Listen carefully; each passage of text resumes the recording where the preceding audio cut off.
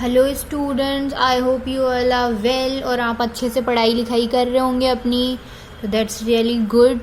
और बहुत अच्छी पढ़ाई करी है आप लोग। और जो हमने प्रीवियस इसी के साथ हमने जो प्रीवियस क्लासेस में पढ़ाई करी थी वो हमने देखा था कि जो लीनियर इक्वेशंस देखी थी विद टू डिफरेंट वेरिएबल्स, तो वो क्या होती है और उनके सॉल्यूशंस कितने होते हैं और लाइंस कैसी होती है वो। तो ये हमने सबने देखा था कि इंटरसेक्टिंग होती है, पैरेलल होती है या फिर कोइंसिडेंट लाइंस होती है, वो कैसे चेक करते हैं ये भी हमने देखा था। और उनके सॉल्यूशंस कितने होते हैं, यूनिक सॉल्यूशन, मैनी सॉल्यूशन या फिर इनफाइनाइट सॉल्यूशन। तो ये सब कुछ हमने पिछली क्लासेस में देख लिया था। और एक एग्जाम्पल भी किया था हमने, जो इंटरसेक्टिंग लाइंस का एग्जाम्पल लिया था। लाइंस हमारी इंटरसेक्ट कर रही थी और हमने उसकी वैल्यूज़ भी फाइंड आउट करके प्रूफ किया था ग्राफ से कि भाई वाकई में लाइंस क्या कर रही है, हमारी इंटरसेक्ट कर रही है एक दूसरे को। तो आज हम इसी के साथ नेक्स्ट क्वेश्चन है हमारे पास, इसको भी हमें प्रूफ करना है। और इसके साथ ही मैंने आपको प्रीवियस क्लास में एक क्वेश्चन भी दिया था वर्क के लिए कि आप इसको खुद करने की कोशिश करना। तो वो लाइंस जो थी, आई होप आप लोगों ने कर लिया होगा। और वो लाइंस जो थी वो पैरेलल लाइंस, वो सॉरी पैरेलल नहीं, कोइंसिडेंट लाइंस थी, उनके मैनी सोल्यूशंस होंगे। मतलब ग्राफ बनेगा तो एक ही जगह बनेगा, सेम पॉइंट्स आएंगे ग्राफ के लिए, एक के ऊपर एक ग्राफ दोनों लाइंस का। तो वो कोइंसिडेंट लाइंस थी, तो उनके मैनी सोल्यूशंस है। अब हम जा रहे हैं तीसरे, हमारे जो एक एग्जांपल लिया है मैंने, तो हम देखते हैं ये लाइंस कैसी है, इनके सोल्यूशंस कैसे होंगे और कैसे प्रूफ करेंगे हम लोग इनको। तो हमारे पास है हमारी equation number 1 and equation number 2। तो सबसे पहले हम लोग देखते हैं फॉर इक्वेशन 1 के लिए a1 की वैल्यू कितनी है। For equation 1 a1 is equal to 1 because coefficient of x is 1 and b1 is equal to 2 and c1 is equal to 4. b1 is the coefficient of y, that's why this is 2 and this is 4, right? And a2 is the for equation number 2. So a2 is the coefficient of x, it means this will be 2 and b2 will be coefficient of y, this means 4 and C2 will be minus का 12, right?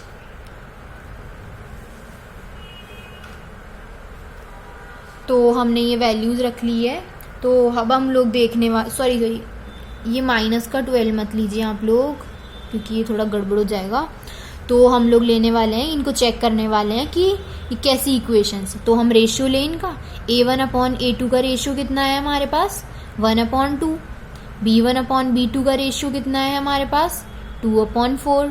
तो it means ये cut के कितना हो जाएगा 1/2। और c1/c2 का ratio कितना है हमारे पास 4/12। तो ये कट के कितना हो जाएगा 1/3। तो हम इन रेशियोज से बता सकते हैं कि हमारा a1/a2 is equal to b1/b2 but not equal to c1/c2। तो इनसे हम क्या कह सकते हैं कि ये कैसी लाइंस है हमारी, तो ये है हमारी parallel lines. So we will write here parallel lines. और इनके सॉल्यूशंस कितने होंगे, this will have no solution. ये हम लोग प्रूफ भी करेंगे अभी ग्राफ से। तो देखते हैं अभी। तो अब हम इक्वेशन 1 से क्या करेंगे, हम सोल्यूशन ग्राफ बनाएंगे। तो हम क्या निकालेंगे इनकी वैल्यूज। तो फ्रॉम इक्वेशन 1 से हम क्या निकालेंगे x की वैल्यूज। लास्ट क्लास में भी हमने यही कॉन्सेप्ट किया था। तो x की वैल्यूज निकालने के लिए बाकी सारी वैल्यूज को इक्वल के दिस साइड। तो this is the equation number 3। ऐसे ही फॉर इक्वेशन नंबर 2 तो हम लोग क्या निकालेंगे 2x + 4y is equal to 12। तो हम यहाँ से भी x की वैल्यू निकालने वाले हैं। तो 2x is equal to 12 - 4y। तो x will be equal to what 12 - 4y/2। So this will be equation number 4। So अब हम क्या ड्रॉ करेंगे एग्जैक्टली हम लोग अब क्या ड्रॉ करने वाले हैं टेबल, क्योंकि हमें ग्राफ बनानी है। x for different values of y we will get the value of x।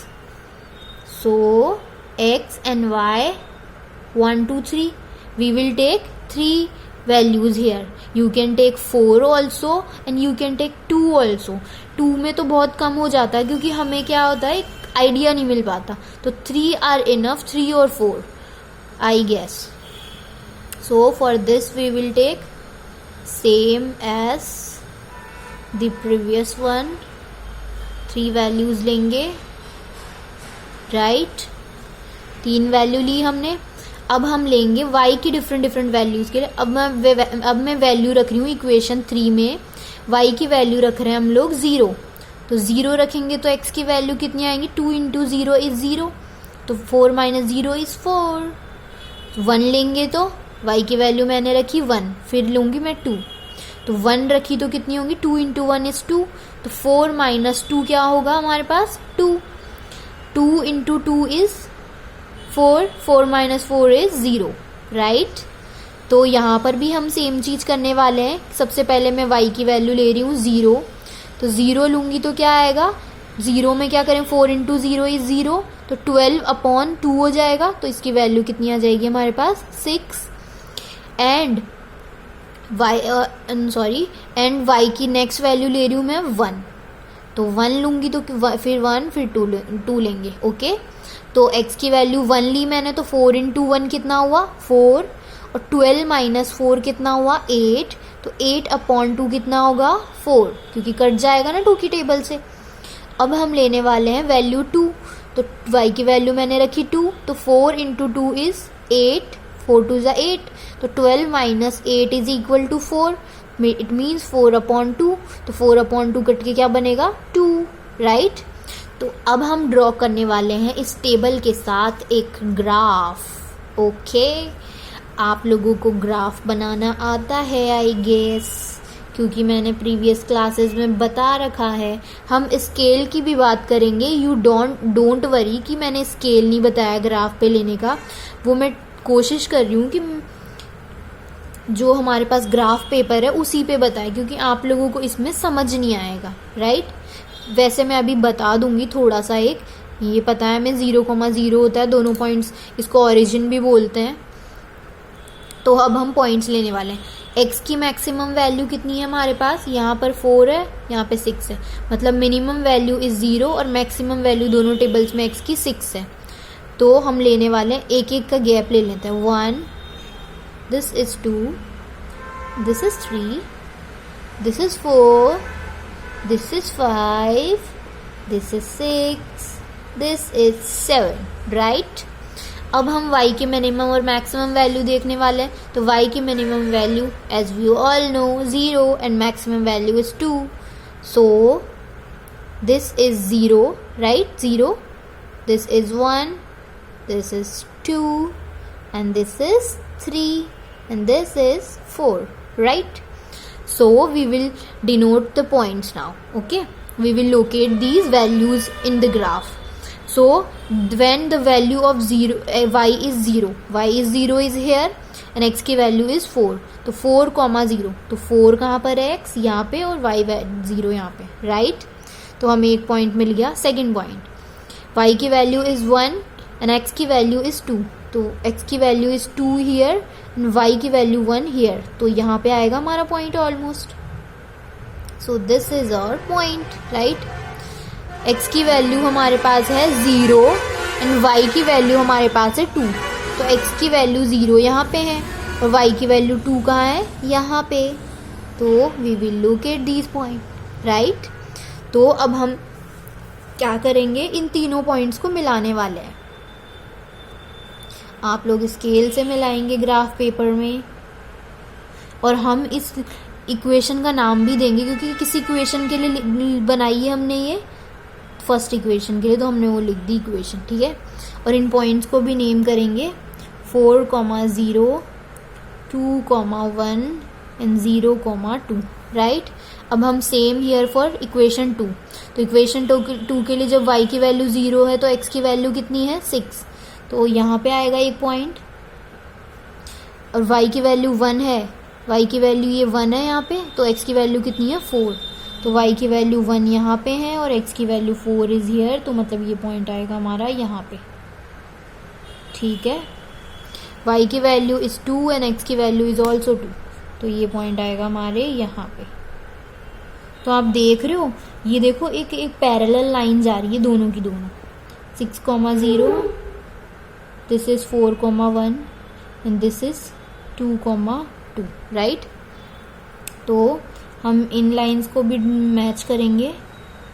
तो अगर आप ग्राफ पेपर पे बनाओगे ना तो ये एग्जैक्टली पैरेलल लाइंस आएगी। यहाँ तो फिर भी थोड़ा टेढ़ा मेढ़ा हो रहा है, तो एग्जैक्टली पैरेलल लाइंस आएंगी, मतलब ये लाइंस क्या हैं, एक दूसरे के पैरेलल है और ये कहीं इंटरसेक्ट भी नहीं करेगी। और अगर इंटरसेक्ट ही नहीं करेगी तो इनके सोल्यूशन कैसे मिलेंगे? तो that means these lines doesn't have any solution. So we will write here the equation 2x plus 4y is equal to 12, right? तो I hope you are getting it. और हम लोग स्केल देखो ऐसे ड्रॉ करते हैं क्योंकि हमारा जो एक्चुअल जो ग्राफ पेपर रहता है ना उसमें ऐसा रहता है, हर एक जो बॉक्स रहता है ना 1 सेंटीमीटर का रहता है, इतना बड़ा बॉक्स रहता है ऑलमोस्ट, राइट। अब इसके अंदर भी ऐसे पार्ट्स रहते हैं, ठीक है, ऐसे 10 लाइंस डिवाइड रहती है, ये ऐसे 5 इधर और 5 इधर, ठीक है, 10 बॉक्स ऐसे ही ये वाला रहता है ऐसे। तो आप लोगों को पता चल रहा होगा कि ये इसकी लेंथ होती है हमारे पास 1 सेंटीमीटर, ठीक है। और इसकी ऐसे भी लेंथ, स्क्वायर बॉक्स रहता है, इसकी ऐसे भी लेंथ 1 सेंटीमीटर ही होती है, इधर भी 1 सेंटीमीटर इधर भी 1 सेंटीमीटर, क्योंकि स्क्वायर की फॉर्म में रहता है। और जो इसकी जो मिड वाली लाइन है वो थोड़ी सी हल्की सी डार्क रहती है, तो हम इसको 0.5 सेंटीमीटर बोल सकते हैं, ये 0.5 सेंटीमीटर। तो हम स्केल लेते हैं हमारा कि 1 centimetre, scale on x axis, scale on x axis, ठीक है। तो हमारा देखो ये बड़ा वाला ब्लॉक है एक तरीके से देखा जाए तो, यहाँ से लेके यहाँ तक की डिस्टेंस सब में देखो सेम है, यहाँ से लेके यहाँ तक की जितनी है वहीं से यहाँ से लेके यहाँ तक की, फिर यहाँ से लेके यहाँ तक। तो हम यहाँ लिख सकते हैं कि 1 centimetre is equal to 1 unit, क्योंकि यूनिट हमें क्या है कि पता नहीं है। अगर हम मान लो हमें किसी रुपीज़ में इनमें बात करनी होती ना तो हम लोग यहाँ पे कुछ रुपीज़ वगैरह लिख देते हैं, तो यहाँ पे क्या है 1 यूनिट। तो स्केल ऑन वाई एक्सिस भी सेम ही होगा, क्योंकि हमारे पास गैप कितना है 1 centimetre is equal to 1 unit, ऐसे लिखते हैं, ठीक है। तो ये देखो 1 यूनिट का डिफरेंस है ना, इसलिए हमने 1 यूनिट लिखा है कि 1 यूनिट यहाँ पे, फिर इन दोनों के बीच में 1 यूनिट है, फिर इन दोनों के बीच में 1 यूनिट का डिफरेंस है, इसलिए हमने 1 यूनिट लिखा है। So I hope you are getting it, और आप लोगों को ये समझ में आया होगा। तो नो सॉल्यूशंस के लिए भी हमने ग्राफ बना लिया है और हमने प्रूफ भी कर दिया है ग्राफ से कि these lines are parallel, this will not intersect anywhere and these lines doesn't have any solutions. So now we have a question for you, so we will solve it here. तो देखो हमारे पास देखो एक question है, तो हम लोग इस क्वेश्चन को करने वाले हैं कि 5 पेंसिल्स है। क्वेश्चन क्या बोल रहा है कि 5 pencils and 7 pens together cost 50 rupees, कि अगर हम 5 पेंसिल और 7 पेन खरीद रहे हैं ना तो 50 रुपये मांगे, 50 रुपये में आ रहे हैं हमारे पास। Whereas 7 pencils and 5 pens together cost 46 rupees, और 7 पेंसिल और 5 पेन्स कितने रुपीज़ के हैं 46। तो हमें एक पेन और एक पेंसिल की वैल्यू फाइंड आउट करनी है कि एक पेन और एक पेंसिल की कॉस्ट कितनी है। तो हम स्टार्टिंग में सबसे पहले क्या करने वाले हैं, यहाँ पे हम मानने वाले हैं कि let the cost of 1 pencil, right, 1 pencil is equal to x rupees, ठीक है, x रुपीज़ है हमारे पास कॉस्ट, हमने माना है ऐसा।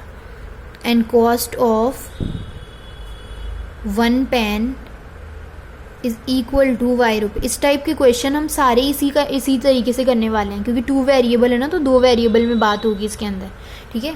तो cost of 1 pen is equal to y rupees.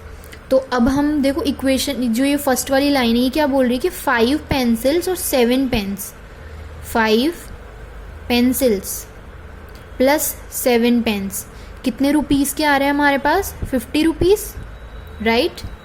तो हम इनको ऐसे लिख सकते हैं कि अगर हमारे पास एक पेंसिल x रुपीज़ की आ रही है तो 5 पेंसिल्स कितने रुपीज़ के आएंगे 5x।